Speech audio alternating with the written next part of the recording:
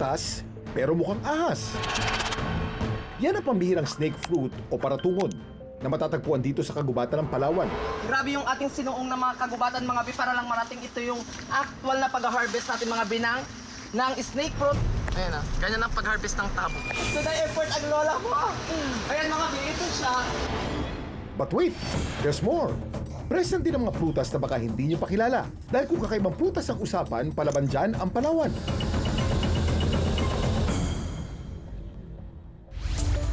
Bago natin hanapin ang snake fruit sa kagubatan, tara muna't magbukbang. Kung saan makakasama natin ang local content creator na si Ann. Yung look at that ganyan mga bi, orange durian siya. Badak fruits ng Palawan mga bi, which is pinagsamang marang, durian, at saka langka. Kaya tayo nagpapatuloy sa ganitong klase ng content sa mga rare fruits na ito para maipakita sa buong mundo na ganito ka-unique, ka-special at kayaman ng probinsya ng Palawan.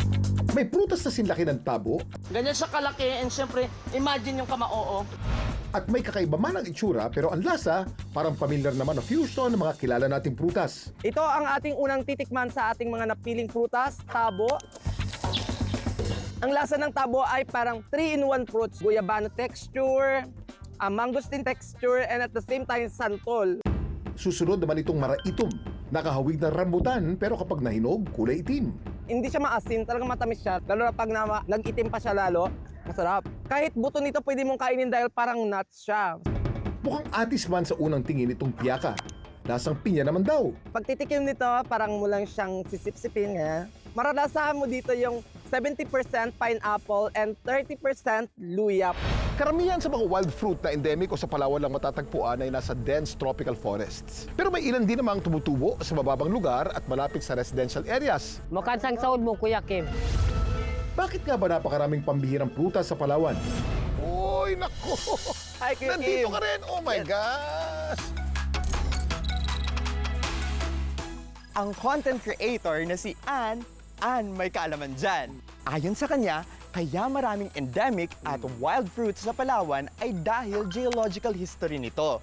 Dati kasing magkadugtong ang Palawan at Borneo, kaya maraming species ng halaman ang magkapareho sa dalawang lugar na ito.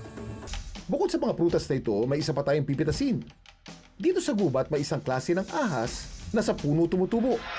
Yan ang snake fruit kung tawagin. Makikita sa Southeast Asian snake fruit.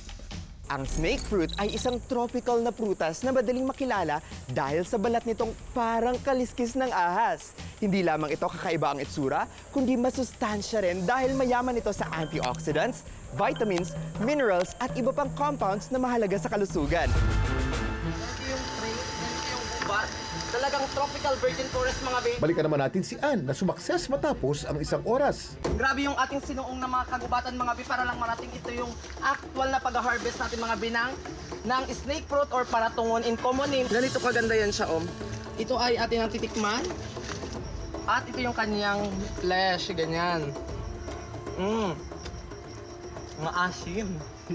Madalas makikita yun sa gubat kasi mas preferred na habitat nila, yung less disturbed, intact na forest. Sa mga ethnobotanical records, safe to eat siya. Ang aming napag-alaman, ginagamit daw pala ito ng mga katutubo bilang pampaasim sa kanilang ulam. Isa-isa itong babalatan. So ilalagay natin ito siya ng buo at hindi na natin i-slicein. Ito na yung ating snake fruit na pangpaasim.